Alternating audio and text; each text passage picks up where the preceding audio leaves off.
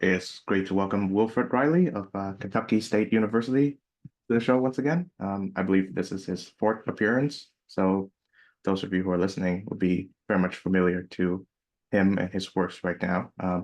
He recently added a new book to his list of excellent and well-researched books, that being Lies My Liberal Teacher Told Me, Debunking the False Narratives, Defining America's School Curricula. Welcome to the show, Wilfred. How are you? Great to be back on. Okay, yeah. So, as per the title, how many are these lies or myth were you personally taught when you were a schoolboy? Um, Almost all of them, actually. I mean, so that's one of the things with the book. There's a whole genre of criticism of American higher and secondary education that kind of focuses on the idea that teaching happens from the right. So, I mean, I might forget one or two of these, but I mean, you have obviously Lies My Teacher Told Me, which is Lowen's 1995 book. And it was something of a classic. I mean, I've read it, but an entire series of these. I mean, the 1619 projects, 1619 in American History, I believe is the title. You have Bury My Heart at Wounded Knee, a native or an Indian history of North America. Custer Died for Your Sins by Vine Delory is another book along those lines. A People's History of the United States, blah, blah, blah. And the idea is that we are taught that our ancestors were kind of these spotless great men of genius, white and occasionally black, all men, of course, which I mean people with penises. And the history of the USA proceeded forward in kind of a glorious manifest destiny fashion. And that may have been true at some point. I mean, I think Lowen actually has some accurate criticisms of kind of the Southern school system through the 1950s or something like that, the lost cause mythology, or the idea of what's called the low count theory that there were very few Native Americans when Europeans arrived in North America, and especially Mesoamerica. We now know that's not true. But I mean, the reality is that what's being criticized is very often from sort of that pre-Emmett Till era that doesn't have much bearing on American or European education today. So I mean, I went to school in Chicago in the 1990s, Chicago and Aurora in the 80s and 90s actually.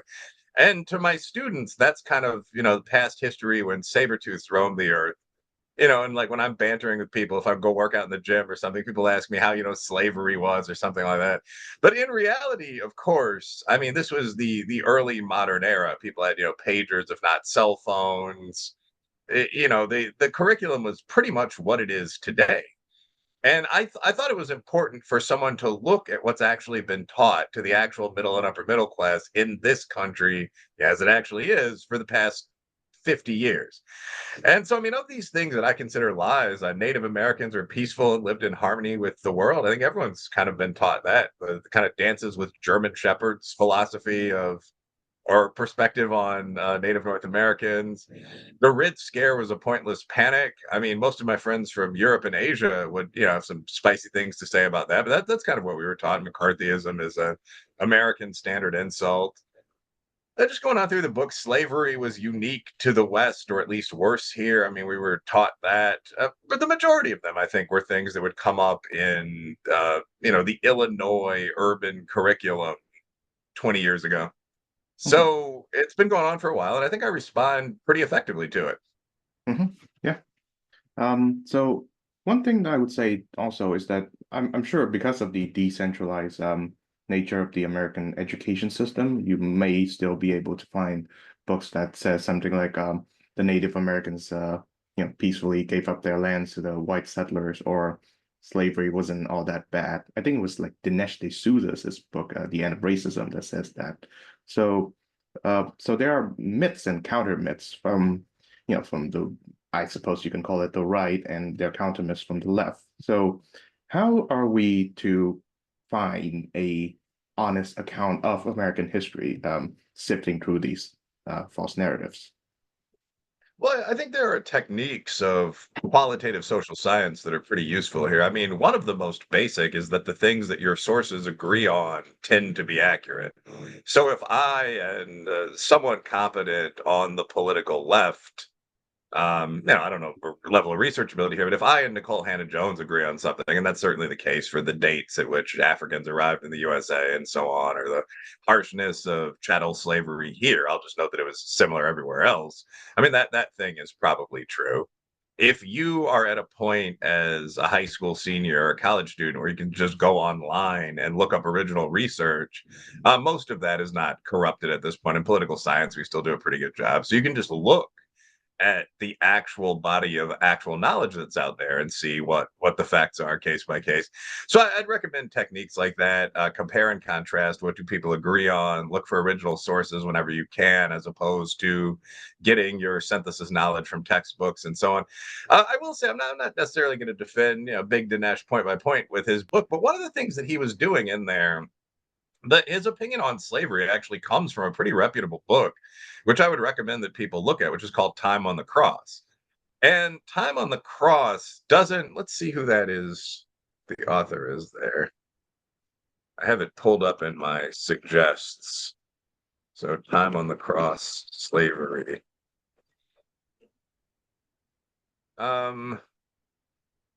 Was this guy?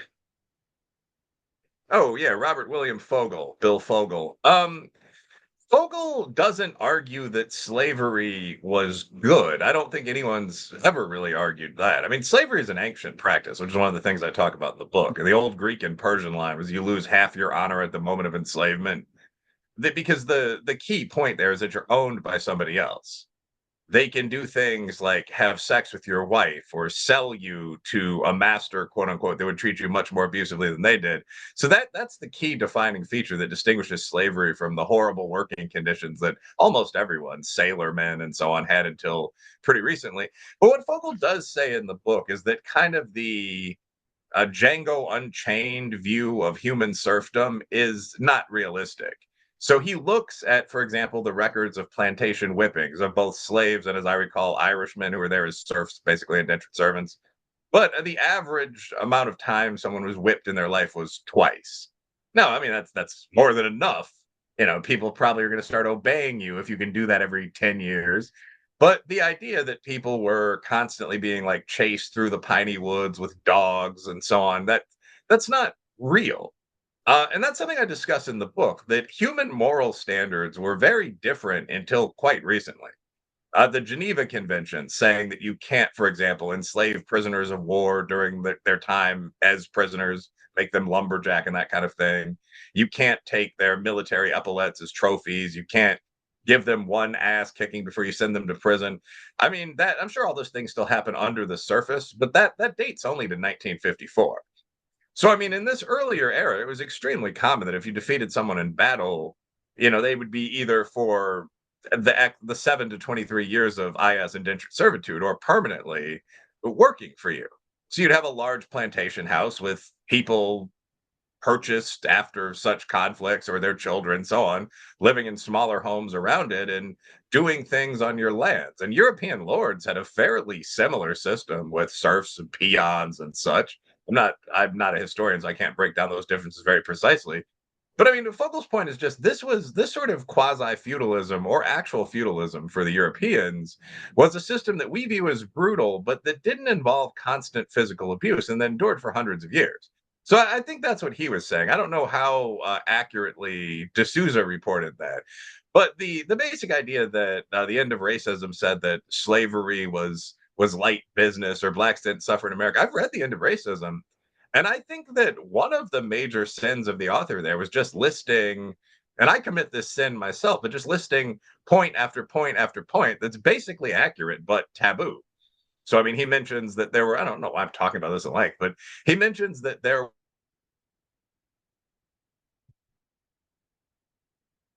were a large number of free black and Jewish and of minorities owning other minorities. That turned out to be essentially 100% correct. You were, as a black person who was free, you were able to own both black slaves and, if you want to use the term own, white indentured servants. So the idea that history was universally brutal, but that a lot of the things that we learn about it in terms of the specific abuse of, say, African Americans here do tend to be pretty politicized. I mean, I think that's true. And I'd recommend people check that out and check out some of the actual literature on slavery.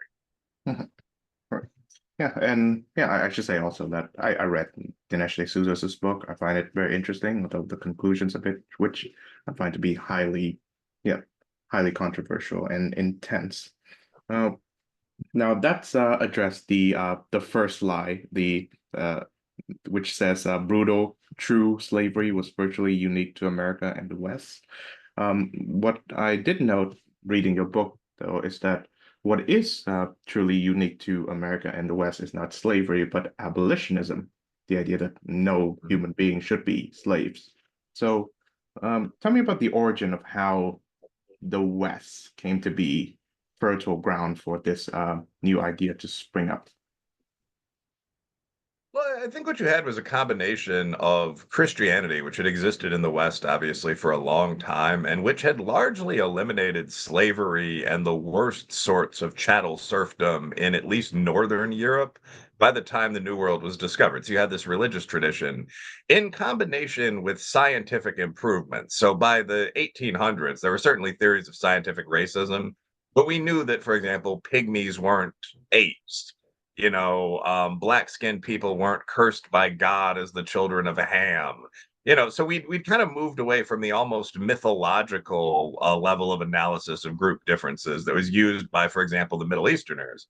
So the Arabs, who were great slave traders, great in the sense of large scale, were very aware of the racial differences. I mean, in fact, they gave the world the terms both for white slave, Slav, slave, and black slave, Abid, but they had a kind of Greek mythological sort of source basis for them. I mean, there's an Arab folk tale about how the gods, I don't know how that squares with the Allah story, but came too close to the ground with the fire that heats the world in Africa. So the people were charred black. And in the north, they were too far away. So the people were white, and the term is fungal. But in the core Arab lands like Iraq and Arabia and so on, they were the exact distance from the earth. So the people are the light color of toasty bread as God intended, and so on. And I mean, I think that's how people conceived of human group difference, HBD, we would now say, for a very long time. The scientific theories in the West at least began to change that. You also had the development of machinery in the West. So, I mean, I'm not a Marxist, but I mean, you would assume that the declining utility of slavery probably corresponded directly with sort of the products of the McCormick Farm Implements Corporation coming on the market. So you had all these things going on. You had a religion that holds that all people are equal to God. There's not even the Muslim three-part division between, the elect and then other people of the book and then pray, basically. And you had this in the context of a growing industrial society that really didn't need all these defeated warriors standing around with farming tools that could easily do duty as weapons. And so you had a major organized movement against slavery. And when you say that emancipation is uniquely Western, that doesn't mean that the Westerners were the first people ever to object to slavery. There's always been a group of people that objected to slavery, and that would be slaves. So, I mean, you've seen many bold slave revolts. I mean, Haiti was founded by a slave revolt. Some troubles in that nation, but still a functional country, a functioning country today. Spartacus, obviously, of Roman legend, was a slave rebel, came pretty close to winning because his fighters were professional gladiators. But emancipation is the idea that people who are not slaves can come out in very large numbers and oppose slavery just because they think it's bad. And because of the reasons that I've tried to outline, yeah, that was uniquely Western. So in the period between, I guess you'd say 1808, which is when the United States banned the international trade in slaves, France, as I recall, did the same, and the mid 1880s when Brazil banned slavery with the Golden Law, you saw this institution that had existed all across the world since almost the dawn of time. I mean, one of the first 20 hieroglyphic words is slave. It appears in Sumerian cuneiform. There are numbers of slaves marked in the tablets describing war booty alongside numbers of sheep. You saw that institution in at least this western part of the world basically disappear.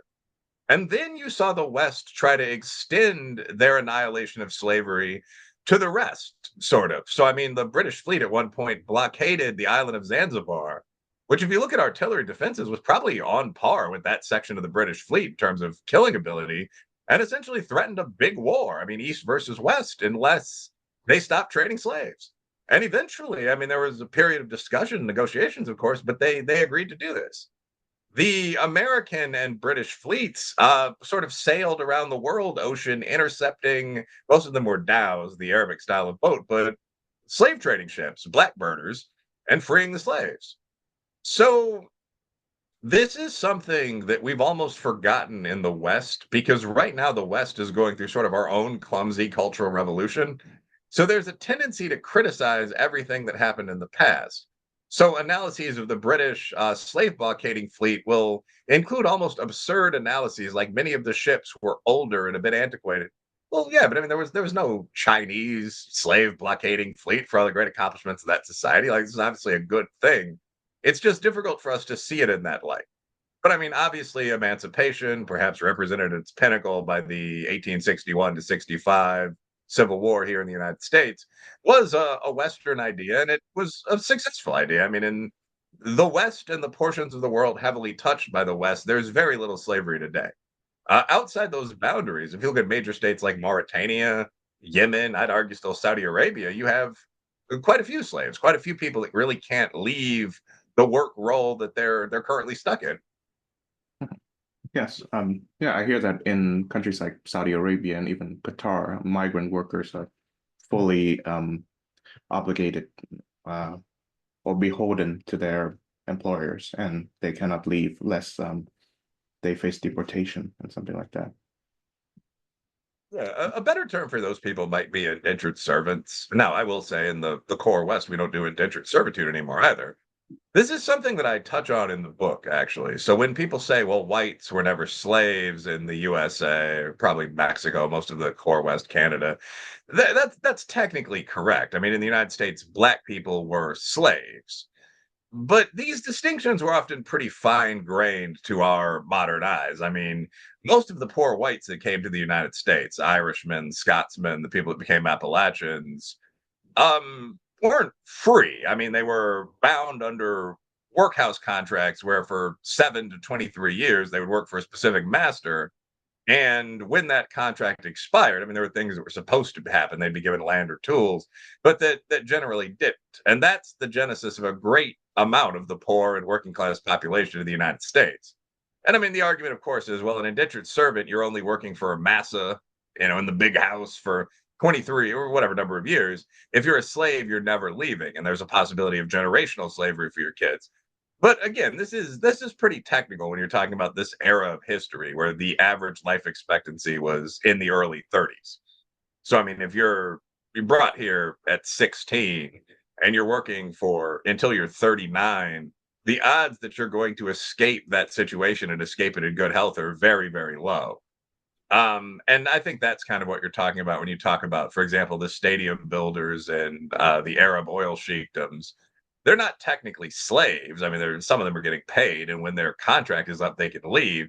It's just, for 10 years or whatever it is, you don't really have any rights. You're living in a worker's barracks and you're doing this task. There's probably not a great deal of sexual freedom, so on down the line. So yeah, we've moved past that practice as well. And final line here, like something that's important to realize is that historically most people lived under varying conditions of unfreedom. So we today are very used in the USA and in the other civilized states. I mean, most of Europe, East Asia, West Africa, the term used would be citizen.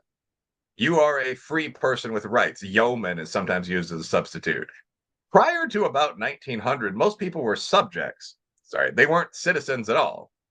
So that was, I mean, simply an illustration of the reality of the world at that time. I mean, in addition to slaves, you had indentured servants, you had serfs who are agricultural laborers who are technically free, but very often can't leave their land. You had peons, which to some extent is what the miners and so on were here in the upper South in the USA. I mean, a peon is, a debt bound tenant. You're free as soon as you pay off your debt to, Strickland Coal or whatever. But your debt is $20,000 and your annual pay is $500. And until that burden is taken care of, you're not going anywhere. Even knights and so on generally were part of a chain of vassalage. So you had a lord. I'm sure you know all this already, but I mean, for the audience, you had a lord who would tell you when and where to follow him to battle. And If you disobeyed, you'd be killed or you'd lose all your lands. So the idea that you're just a guy, you're not bound by caste, you're not bound by lord, you're not really bound by husband or wife. We have no fault divorce now. You can become a pianist if you want to, or a country lawyer or something like that. That's a very new and novel idea. That wasn't the case for anyone in the world except for a very small number of upper gentrymen until pretty recently. So I think the West has helped greatly in expanding the entire definition of freedom to some extent. Mhm. Yeah. So I'd like to skip to line number 5 in your book. Yeah. The founders counted slaves as 3/5 of a person, and the only victims of lynchings were black. So I'd like to address Mhm. the first part first. I think, pardon my scant knowledge of America during the founding period, but I do know that the 3/5 clause was a compromise in the founding area in regards to representation, and not the result of the founders thinking that slaves were 3/5 of a person.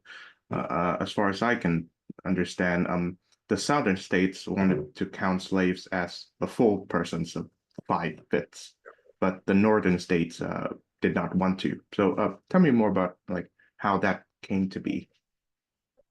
Sure. The presentation of the three-fifths compromise, if you're talking to a moderately intelligent, the term I would use is hotep, sort of very pro-black American citizen. The presentation of this that you normally get is sort of white man counted us as three-fifths of a human being. And I'd say that's probably the default assumption that most people at the high school or even collegiate education in the USA and in several other countries have. That's not accurate. So the Three-Fifths Compromise was the anti-slavery position. It was the most anti-slavery position that could be negotiated in a time of widespread slave ownership. So what the Southern slave masters wanted to do is sort of play a trick. They were the ones that came in and said, well, black man is a man, despite their unfortunate status in this country. So enslaved people should count essentially as full people for the purposes of determining congressional representation. That was on the table, what was on the table at the time. So obviously in the USA, the more populated a state is, the more representatives it gets in Congress. This is one reason for our bizarre illegal immigration policies right now. By the way, illegal immigrants don't actually vote very often. That requires all kind of connivances. But the more people you have in a state, the more representatives you get. So the population of California, if you subtracted, long resident H-1Bs and illegal immigrants and tourists that are just overstaying their ticket and all that sort of thing, would probably drop by 3 or 4 million people. Four would be a good estimate. Obviously, political figures in that state want the highest possible count of, Golden State, Bear State residents, because that boosts their political power as a voting bloc in Congress. So the Southern slave masters wanted to do the same thing. They wanted to count all their slaves, who of course had no rights at all. They couldn't vote or do anything else. They couldn't leave, as full people. And the Northern abolitionists ideally wanted to count black slaves as 0/5 of a person. And I mean, you can imagine what the modern political left would do with that, but that would have broken the power of the slaveholding South. And they settled on 3/5. The idea was that you could count an enslaved person as the 3/5 of a human being for the purposes of determination of how many representatives you got. So, I mean, to some extent, a defeat for the abolitionists, but there was no intent to argue that people of African descent were less than human.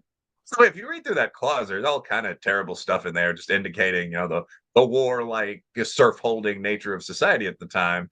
So, they also talk about other persons, I believe the language is under conditions of bondage. That would be all the indenturies and so on. Those do count as full people, but that took some debate. So you had to discuss what to do with them, since again, most people weren't totally free. Something almost everyone's forgotten: Native Americans count as 0/5 of a person. So Indians not resident in towns, including peaceful traders interacting with the whites and so on, those didn't count toward the population at all. And that was another thing that was almost certainly debated. Because I mean, people, in addition to counting their slaves, would have tried to count, I mean, down in Georgia, Arkansas, so on, the Cherokee and Chickasaw and these large native tribes that had their own walled towns. And the general feeling was, well, no, you can't do that. I guess Arkansas would have been part of the coalition at the time, but no, you can't do that. These people aren't Americans. So all of these things had to be figured out. we hadn't yet defeated the great native tribes in battle, and there was some question about whether to treat them as equivalent to citizens. What do you do with bondsmen, who are white but can't leave? What do you do with slaves? And so it's awkward to look at this thing that seems negative, but that's almost incomprehensible to us today outside of the context that actually existed at the time. And I try to provide that. Yes, and one of the remarkable facts that you've noted in the Lie 1 chapter is that amongst the what you call the more civilized tribes of Native Americans, many of them, many of the tribesmen owned slaves, even the chiefs, and many of them stood by the side of the Confederates during the war. So yeah, tell me more about yeah, this slave-holding interest that these Native Americans seem to have. Thanks for pointing that out. That's one of the more obscure things I mentioned in the book. I was looking through a lot of master's theses and dissertations to really get those slave totals for, the traditional Cherokee Nation. But something to remember at this point is that everybody owned slaves. There were some exceptions in core Northern Europe when it came to enslaving your own people. And to be fair, there were some exceptions in the Arab world and Southeast Asia when it came to enslaving Muslims or your whatever your co-religionists were. But the basic idea, if you had some people around the house that for between 20 years and forever were not leaving, that was a very, very common human practice. I mean, I've mentioned that slavery was one of the oldest human traditions. It goes back to well before Akkad and so on, progressed through Greece, Rome. I mean, by the time of the early modern era, I mean, the Muslim world probably contained the world's largest proportion of slaves, but slavery or something very similar existed in China, existed in Thailand. In the New World, it obviously existed in the great Aztec and Inca empires. I mean, the Aztecs were possibly the most violent and warlike human culture to ever exist at scale. I mean, there were annual human sacrifices in the Aztec lands that killed between 50 and 300,000 people. The Aztecs often ate their slaves and battle captives. I mean, we now know that Aztec cannibalism wasn't just something made up by the Spanish or by other powerful tribes like the Cholula. If you simply look on Britannica or Wikipedia, I mean, there are articles on Native American cannibalism that include the classic sources like Bernal Diaz's Conquest of Mexico that I looked through while preparing this book. So anyway, the native North Americans, yeah, they were slaveholders as well. And once the incomers arrived in the New World, black slaves who could be bought at markets and white battle captives were added to the traditional lineup of native slaves. By the 1800s, most slaves in this region were black. So this actually complicates a lot of the tragic stories of history. So the Trail of Tears, for example, is essentially the defeat of the Great Cherokee tribe and also their manipulation behind the scenes. And they're being marched inland, primarily to Oklahoma. But one of the things that is often left out of that story is that all of the slaves the Cherokee had were forced to go along. So I mean, they made up a substantial, disproportionate number of the deaths along the trail.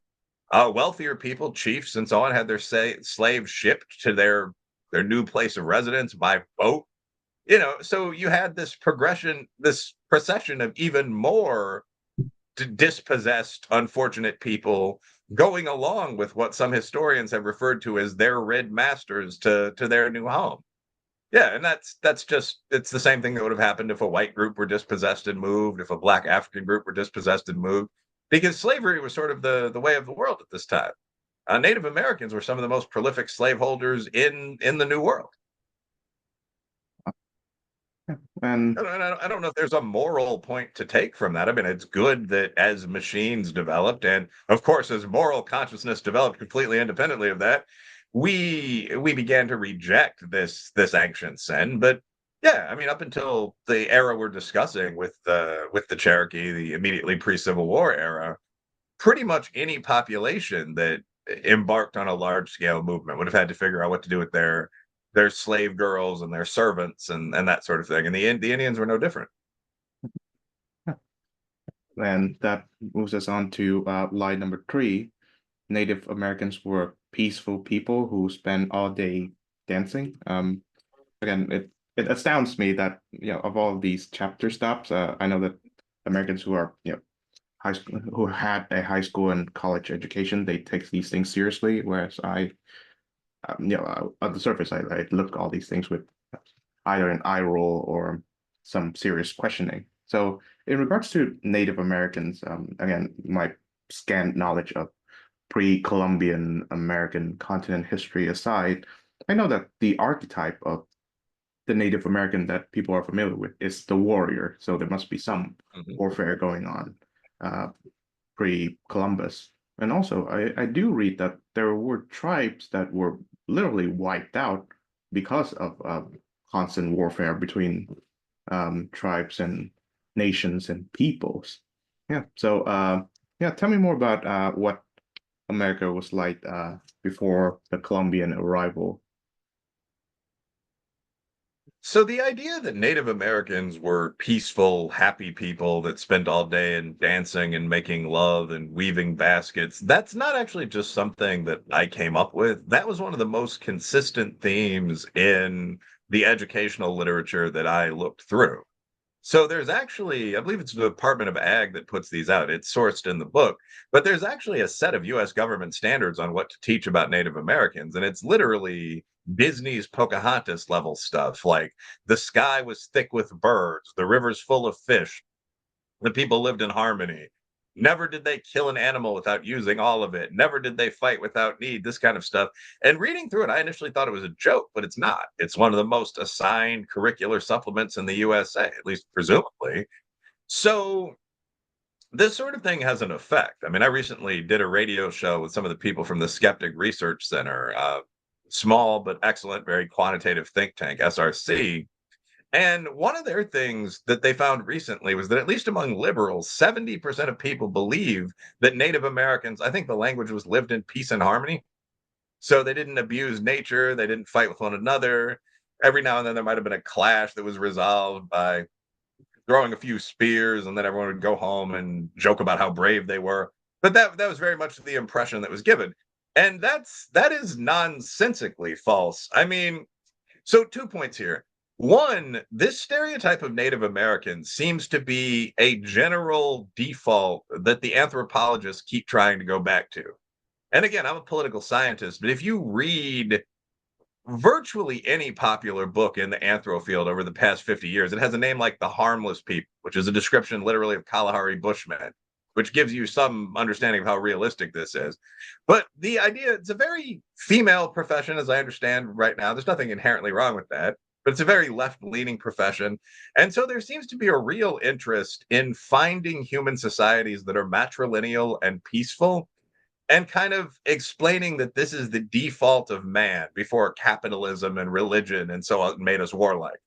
So there's actually a long history in anthropology of people encountering societies that on a day-to-day level seem to be functional and declaring before they could really understand their writing that these were peaceful matriarchies. And then decoding their writing and finding out that the society had actually been extremely bloody and warlike. And the best example of this is probably the historical Maya, where, I mean, these were people that had a fascinating religion, beautiful temples, beautiful gardens. And so when we started uncovering Mayan ruins, the first papers published were very much along these lines, like probably very peaceful, occasional ritual fighting. And then we found out how to read Mayan writing, which is a sophisticated hieroglyphic language. And it turned out it was all about war. There's an entire book about this constantly occurring in Anthro, by the way. It's called Constant Battles, another book people should check out. But when the Mayan writing was decoded, like everything turned out to be warfare based. The core of Mayan society was attacking other cities, burning the temple in the center of the city. They didn't necessarily kill everyone, they just did that. And then taking the icons of the gods back to your own village as sort of a general fuck you. That was a consistent thing that happened. There was nothing ritualistic about it. Thousands were killed. And we've seen this over and over and over again, where there's this baseline idea of humans must at some point have lived in Eden, the noble savage humans must at some point have been peaceful. Whenever we actually find some bones we can look at, or we find out what the writing in Aztlan meant, that turns out to be false. So, in the specific context of the Native Americans, it turned out to be dramatically false. And it was tried over and over again, by the way. Like the claim that Aztec cannibalism wasn't real, that was a huge debate in anthropology throughout the 80s and 90s. Recently, Mexico has some very impressive archaeologists, actually. And recently, they found like the giant towers of human skulls that actually stood in the center of the Aztec city. So in Mexico City, they uncovered what's called the Tempontzli, which is like this basketball court sized collection of human crania, I believe is the technical term, that had been removed from their previous owners during these sort of nightmarish feasts that went on all the time. And now it's very difficult to lie about the Aztecs, so we moved a little north and we're lying about the other Native American Indians. But essentially, looking through, for example, the I think it's the Ryan Mound collection at San Jose State University, looking through large collections of bones and so on that are recovered from Native American sites, it looks like Native Americans were more violent before the white incomers arrived. There's an article called, I believe the exact title is "The Most Violent Period in North American History Was Before European Arrival." And they just describe how you can identify the signs of a battle. Men are generally struck from the front, women from behind as they're running. Very often, you'll find situations where all the male warriors are killed, and all of the young women, old women, and boy children who can be trained by the new tribe are taken away as concubines, servants, and fighters, respectively. So there's massive evidence of that throughout American history. And again, I don't think for anyone that understands human nature that's surprising. I mean, as you said, your first reaction when you read a lot of the things that are said in the left wing social sciences is sort of an eye roll. And I think there's a reason for that. Like, you and I are human beings, human males as it happens. You understand that people have had pretty much the same urges and impulses for tens of thousands of years. I mean, anthropologically, modern humans are 40,000 years old. So, is it realistic that these people that were, legendary bowmen by the time the whites got here had spent all of previous history just sitting around admiring flowers? Well, no, it's not realistic at all. And the question becomes, why would someone tell you that? And that gets into an interesting discussion about left-right politics in America, et cetera. And I touched on a little of that, but I mostly just described what the reality was historically. Mhm. Yeah. Yeah, since you mentioned the field of anthropology, I know that the works of Margaret Mead was pretty popular and Oh yeah. influential in this like view that in non-industrialized societies, human females are more relaxed in their social slash sexual norms, and that I guess capitalism, the bourgeois ethics, may have repressed these things a lot. And yeah, I'm not sure because I'm not an anthropologist, but I'm not sure to what extent is Mead still influential because some of her claims have been thoroughly debunked. Yeah, I'm glad you brought that up actually. So I think that in every area of enterprise, there are starting biases that are very common. So, I mean, I spent some time in the business and market world, and one of the assumptions there is that the markets will resolve everything. They'll produce optimal results, not just for our wallets, but for people. And looking around, I never believed that was true. Bias, ignorance, morality, and manipulation all affect logical decision making in markets, as you know. And when I've seen, for example, my home city of Chicago turn over things like the system of buses and trains to private actors, it's generally been a disaster dominated by greed seeking, which is pretty much what I would have predicted. And I think you might have predicted. But so that's an example of a bias on the right that you see pretty often. A bias on the left that is almost prevalent is this idea of blank slate goodness. That prior to the introduction of some particular system, whatever it was, Sky Father religion for the feminists, capitalism for the Marxists, something. The racial consciousness. This is something about the Hoteps and white liberals will say. But prior to that, people really did live in this bucolic, happy place where you could spend all day getting laid and eating honey. Really wasn't joking with these chapter titles. And Margaret Mead is someone who broke that down at length. She, of course, wrote Coming of Age in Samoa. And her idea was that in this primitive Pacific island, women understood the power of their sexuality, but also how much they liked dick crudely, how much they enjoyed sex with cheerful men. And so the sexual taboos of the West against homosexuality, oral sex, anal sex, so on, did not exist. And American Samoa is a sizable, developed place that's one of our territories. And about 20 years after Meade wrote, people from there started coming to the better American universities, especially on the West Coast and in Hawaii. And they explained that this book was basically just BS. That Margaret Mead had lived in Samoa for 4 months on an army base with her unmarried lover, and she'd had a couple of friends who were perhaps among the more risque girls in the large local village. And they had just done sort of, I wouldn't say girl talk, but they'd just done back and forth banter about what they liked sexually. And this became the basis of a book. It was just nonsense. It had nothing to do with the normal, perhaps more chaste tastes in Samoa. You always have to look for outliers. And even then, when you're talking with your friends, people have been known to exaggerate. I would imagine even the ladies do so. The things that were being described were not real at any level in that village community, so on down the line. Samoa, getting to the point, actually is one of the more sexually restrictive places on earth. Um, yeah, very, very Polynesian, very traditional. Women, and for that matter, men, no longer expected, but it's preferred that they be virgins on their wedding night. Homosexuality is certainly not tolerated in very macho island culture.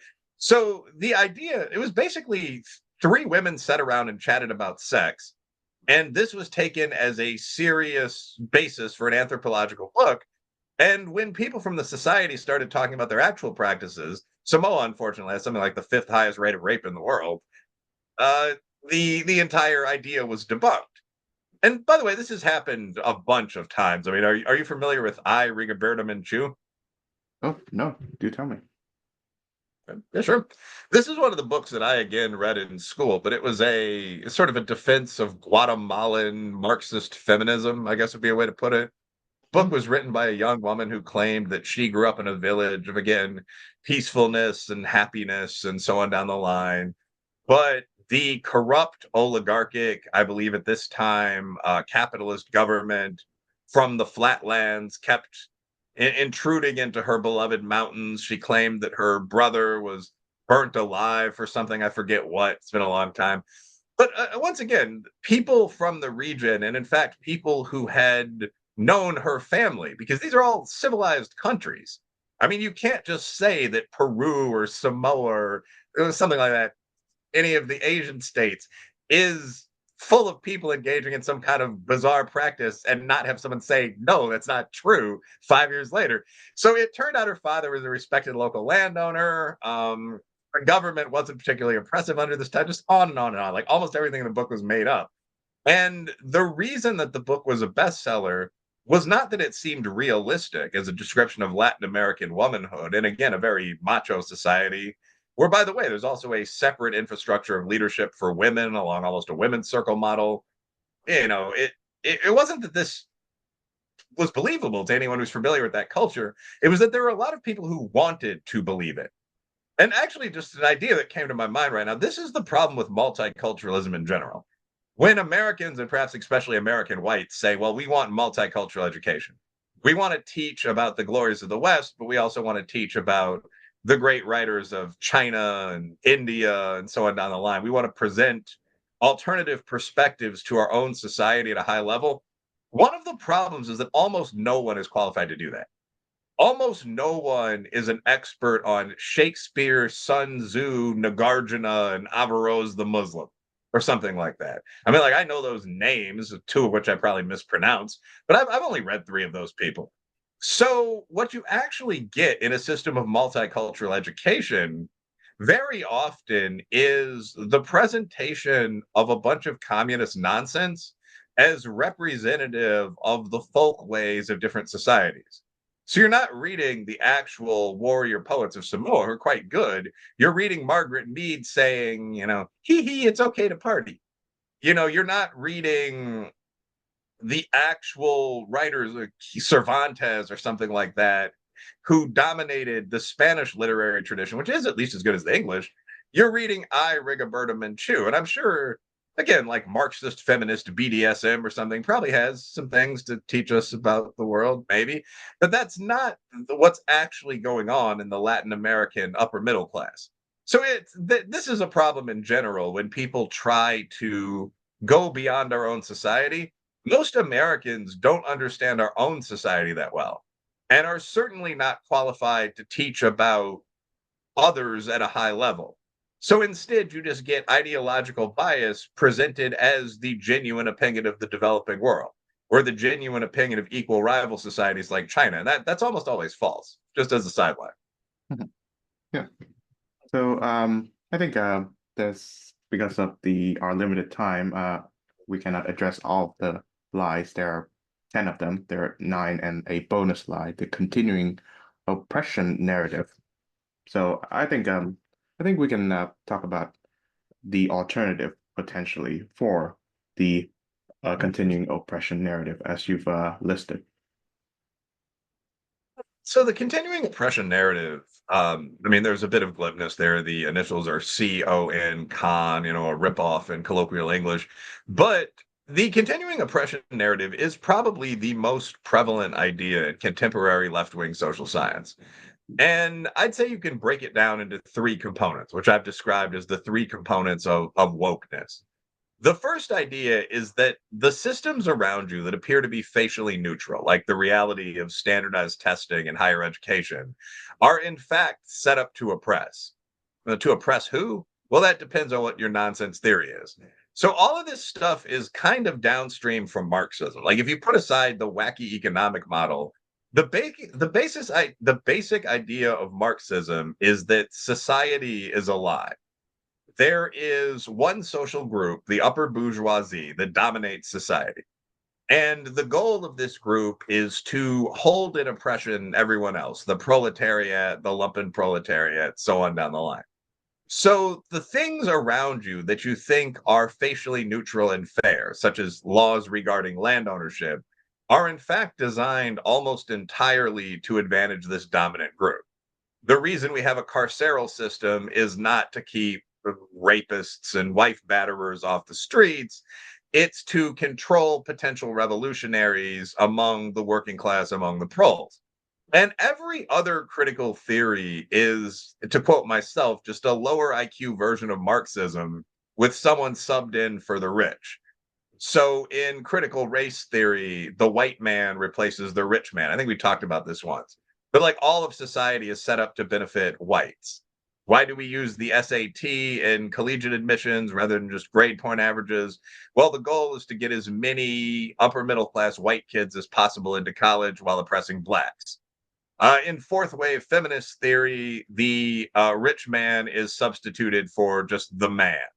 So society is structured to benefit men and oppress women. A feminist friend recently told me that marriage is a slave like system designed to give men access to as much sex as possible. And I mean, knowing many married men as I hit the 40 mark, I'm not sure how realistic that is. But nonetheless, the theory itself is coherent if stupid. Queer theory. You really could go on with this. Like the idea of queer theory is that sexually normal people, especially good looking ones, are the people society is designed to benefit. And so on down the line. There are really five or six of these theories. My friend Peter Boghossian once hoaxed the journal Fat Studies. There's an entire schematic about how society is designed for physically fit warriors and fat people are the outgroup. But anyway, blah, blah, blah. Society is designed to oppress. Part two is that all disparities in performance indicate this oppression. So this would be Kimberly Crenshaw, who we saw embarrass herself mathematically on Twitter yesterday. This would be Ibram Kendi. This would be Rich Delgado. If you see a disparity in test performance, the only reason for that must be racism or other oppression. Because if it's not, you're arguing that people must be genetically inferior. Kendi says this basically word for word on page 12 of his best-selling book, How to Be an Anti-Racist. Now, in reality, that's absolutely wrong. Like, at least at the mode, the average age for a black man's 27, the average age for a white man's 58. And there are dozens of variables that impact performance like this. Standardized IQ scores and test scores vary among racial groups. So I think that's cultural rather than genetic. People live in different regions where different hobbies, and sports, and activities are pursued. So the South, where Black people are concentrated, tends to be a very athletic, working class, more poorly testing region. And this is very much true for white Southerners as well.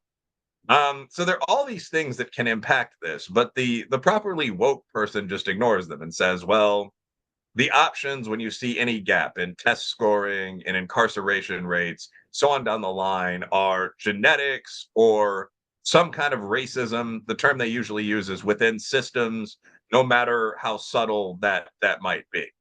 And the third point isn't really as important, but it is basically the solution is equity. This is the E and DEI. So the way to compensate for these problems, because we know the only cause of educational gaps or whatever is racism. The way to compensate for that is simply to proportionately represent everyone, blacks, whites, Asians, Hispanics, regardless of performance, because that way we're solving the problem of racism. Um, and so the different elements of the final chapter all talk about or all exist within this context of the quote unquote CON. So I talk, for example, about the idea that police are genociding black men because there is a higher per capita rate of black men shot by police than there is a rate of white men shot by police. And I point out that one, the numbers here are actually tiny. This entire police shooting thing was a distracting waste of time in the face of real issues. There are multiple major wars going on that USA could help resolve right now. The total number of unarmed men shot by the police in the United States turns out to be maybe 100 per year, maybe. You're talking about black males last year, it was 12. So there's not a problem in the first place. But if you look at the disproportionate rate of black people shot, we're shot at 1.5 to 2.5 times the rate of our population percentage. The reason for that turns out to simply be that young men, especially young black men, have a very high rate of crime. So in the black community, we have more young men and we have a higher overall rate of crime. And if you just adjust for that, if you adjust for age and a 2.0x rate of crime commission, the gap vanishes. So that's the CON. That's the classic example of bringing out this univariate example of a problem and saying, well, racism or what else is it? And I mean, again, I guess you said what's an alternative to this? The alternative is just actually real, unbiased social science. Like if you see a gap in performance between blacks and whites, you would take out your Stata model or whatever you use field by field, and you would say, well, can we find out the difference in average education between blacks and whites? You know, say compare middle class schools where racism and classism probably don't play a role. Even beyond that, can we look at age, region, IQ? Can we adjust for all of the things that would obviously impact something like income or rate of criminal commission, and then see whether a problem remains at all after we do that basic adjustment? And that's wonky, but just obviously logical. It's what people like Glenn Lowry, Tom Sowell, Amy Chua, Heather McDonald, on have done for decades. And what I find very often is that if you begin not with an assumption that's going to guide your research, which is the world is very racist and racism must cause this, but instead with a question, what variables could cause this gap that we're looking at? And you do a standard analysis to test the impact of different variables, very often the gap that we are discussing retreats to nothing. That's what you see with pay gaps between blacks and whites and men and women. Or it becomes very small and you have an actual comprehensible measure of the impact of contemporary and past racism. So I think that's the alternative to the CON. The continuing oppression narrative and the woke narrative more generally is basically a religious idea. And I'm hardly the first to say that. John McWhorter said that, so on down the line. But what you're saying is, in almost every case, I see a difference. I see a difference in crime rates. That must be due to thing X, which we have reified, traditional racism or something like that. And if you test, and I've had debates with these people that are quite formal by this point. And if you respond and say, well, no, the difference in crime rate seems to trace directly to differences in fatherlessness, well, the argument would just be, well, fatherlessness must be due to racism. Well, no, actually, fatherlessness traces to the Great Society in the 1960s. You can do this all day on both sides. Well, the Great Society in the 1960s must have been impacted by racism. Lyndon Johnson was a famous racist who regularly said nigger. And it just goes on and on. Well, no, that doesn't make sense. This was pushed by Martin Luther King. Well, he might. The argument can be defeated, but I think it can better just be rejected because it doesn't make sense. And by that point, it's unfalsifiable. And that's one of the final lines that I do put out there in the end of the quote unquote CON chapter. Okay. Well, on that note, thank you very much, Wilfred Reilly, for joining the show once again. Well, thank you for having me. I always enjoy coming on.